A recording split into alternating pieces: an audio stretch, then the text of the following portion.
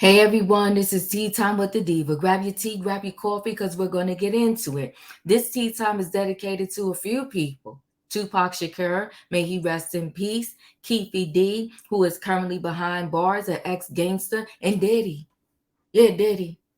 Listen, guys, back in 1996, it was that unfaithful night for Tupac Shakur. And unfortunately, as a result of a drive-by pow-powing, Tupac lost his life.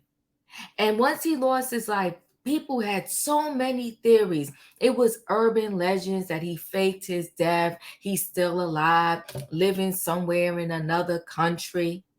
Okay. Keffe D, the ex-gangster, wrote a book and did multiple, not just one, multiple interviews. Okay. Claiming that he was there that night. He was in the car. He knows exactly what happened.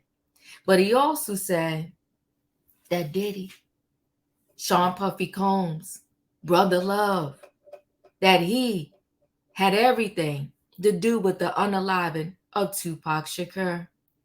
Keffe D said that Diddy was petrified, not just afraid, petrified of Suge Knight, was afraid something was going to happen. So it was a situation of, I'm going to get you before you get me.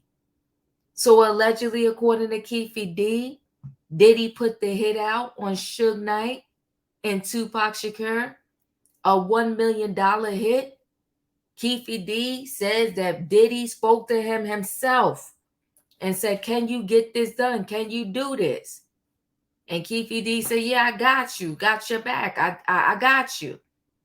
Then he claims when it came to paying the money, the one person got the money, then kept all the money to themselves and this, that, and the other. That's when things go, a little haywire. This is messy, people. And many others have speculated for years, you might as well say decades, that Diddy has something to do with that situation that went down with Tupac. And they even put Biggie's unaliving on Diddy's back. Now, listen, is this the day of reckoning? Are they going to come and clink Diddy up? But it's also being said that the police knew for years about this accusation of Diddy. Keffe D said the FBI told him, yeah, we knew. That's what Keffe D said. Listen, guys, we're going to get more into this story right after this.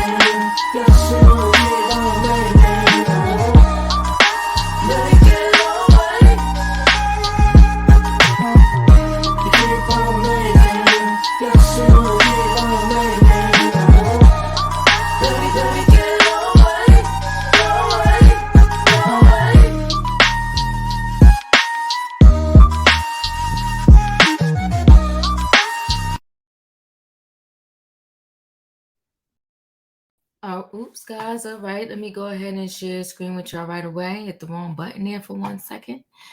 All right, let's get right into this story. So they said assassins greed. Diddy paid $1 million for Tupac Shakur's assassination. Gangster Keffe D claimed before arrest for rapper's murder. Okay, so Keffe D was arrested for connection, a part in the unaliving of Tupac Shakur. Okay, and he said, listen, y'all arresting people? Then you better go over there and get Diddy. Because Diddy is the reason why it got done. The man accused of the unaliving of Tupac Shakur has made shock claims that hip-hop star Diddy orchestrated and paid $1 million for the assassination. Keffe D, who appeared in court in Las Vegas over the unaliving yesterday, has claimed several times, not just once, people, several times that Diddy, real name Sean Combs, asked him to take out Pac and record label boss Suge Knight. Diddy, say it ain't so. Say it ain't so, Diddy. All right. So representatives for Diddy did not comment when asked about the allegations, but previously Combs has dismissed claims he was involved in Tupac's unaliving as nonsense. The U.S. Sun can state how the Compton gangster, real name Dwayne Davis, has made the allegation in his book, in social media interviews, and even in a secret police interview with the LAPD. Another gangster from the era, James McDonald, previously known as Mob James, has also confirmed to the U.S. Sun he heard rumors about Diddy's and others at death row putting a price on Suge and Tupac's head, as the New York-based rap artist was terrified of the record label boss. In an exclusive interview, James, who used to work as security enforcer for Death Row, said everyone had a price on their head at the time, as the war between Bad Boy Records in the East Coast and Death Row Records on the West Coast heated up. This is so sad that, you know what, they couldn't just get along. Everybody couldn't just do their music. And I feel like this is the same thing happening in current day with Cardi B and Nicki Minaj. And I really want someone to intervene and stop this whole big thing between those two young ladies before something really bad happens. He said Diddy was scared of Suge. Well, let me say this. I think there was many people that were scared of Suge Knight and still is to this day. They're probably resting a little easy knowing that he's locked up and in prison, but that still doesn't take the fear away. And I'm sure if Suge Knight ever got out, people would be running a little scared. He's scary. Okay. So New York wasn't going to come down there and try to find Suge. That wouldn't have never happened. So when it happened with Tupac, our side had to feel like, okay, we can't just let that one go. They was going back and forth, tit for tat. So I believe that it got too big for Pac and Biggie because not one of them seen it coming. Not one of them thought it was going to come that way. And like I said before, Puffy was scared, so scared of Suge, he had to put something somewhere to get Suge out of the way. James, who is now reformed and helps younger people lead the game life, added, a lot of guys had prices on their heads. So at the time, taking a life didn't matter. It didn't matter. Beating an MF didn't matter. Nothing mattered. But we did what we were supposed to do. Now, nonsense. In a recording of an LAPD interview sent to the U.S. Sun and circulated online, Keffe appears to tell detectives that Diddy called the gangster associate of theirs called Eric Von Zip shortly after Tupac's pow-powing to ask if they were responsible. Keffe could not be prosecuted for the claims he made to the LAPD due to a legal agreement he had in place. Keffe claims in the recordings that when Diddy was told it was their entourage who pow pow Pac, he was happy as hell.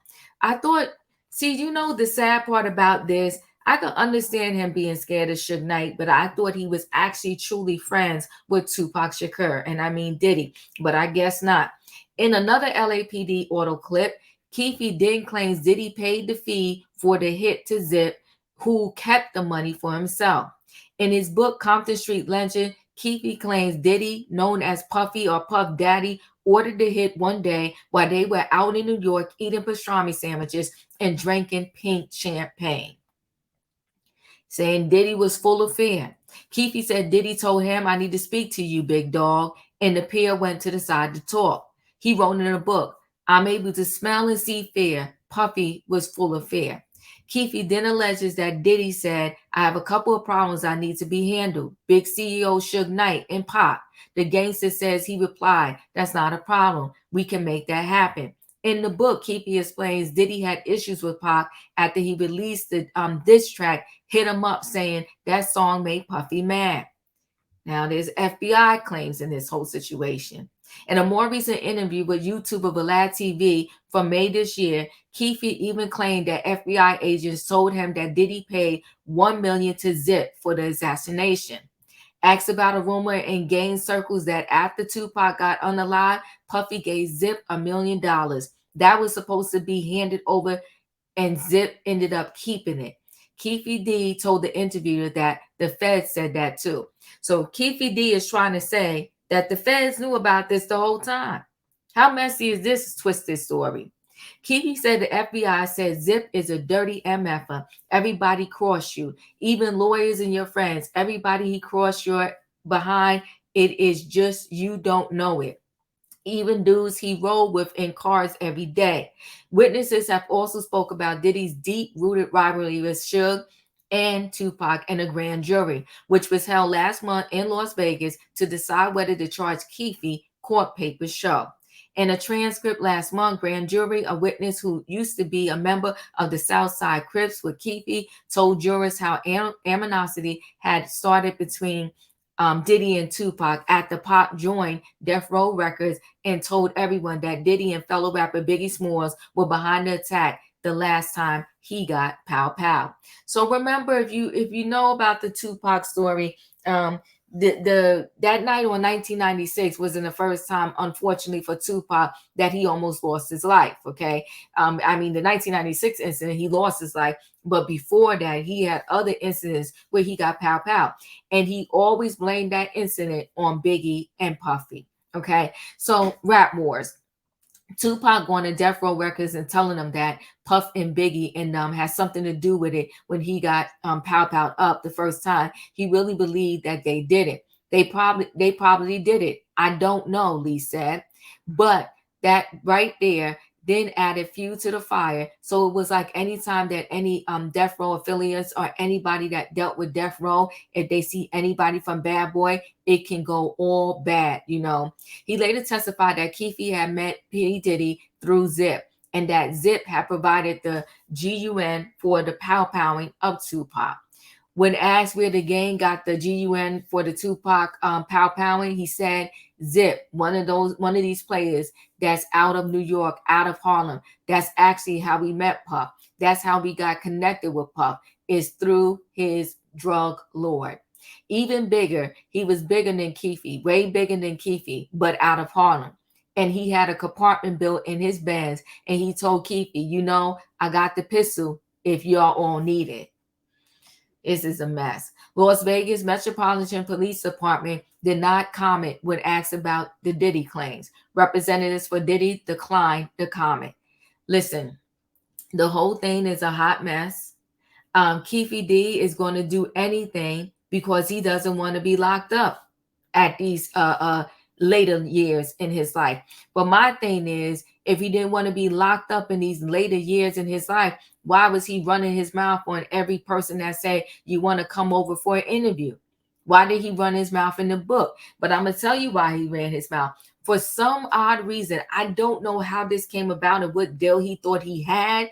He felt like he was had immunity, that he would never be able to get locked up for the Tupac unaliving. But how many times do you want to taunt people in their face? And you want to write a book about it? You playing in the cop's face, especially when there's other people that have been begging the police to solve this murder, to solve the unaliving of Tupac Shakur. And you want to sit there, write a book, do 99 interviews, and think that at one point they're not going to have to come? You can't keep playing in the cop's face like that. Now, my thing is, sometimes where there's smoke, there's fire. Will they be coming for Diddy? I don't know. Do you think Diddy has something to do with this? Or do you think Keffe D is just running his mouth so he can get himself out of trouble? This is, you know what? This is a lot. At best, I will say this. I'm sure Diddy is nervous. I'm sure Diddy is really, really nervous.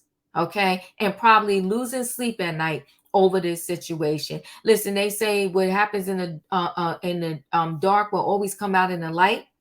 And sometimes you think people got away with something, but here it is 3 decades later, and this is coming to bite Diddy in the booty again. Listen, guys, we're going to stay connected to this story. Chat with me in the comments, and when I get an opportunity, I will chat back. What are your thoughts on this situation? What are your thoughts on Keffe D saying, listen, go get Diddy? Because that's pretty much what he's saying. Go get Diddy. He the one put the hit out on Tupac. Woo. If you're not a subscriber, subscribe, hit the notification bell so that every time I upload a video, you will be notified. If you are a subscriber, welcome back.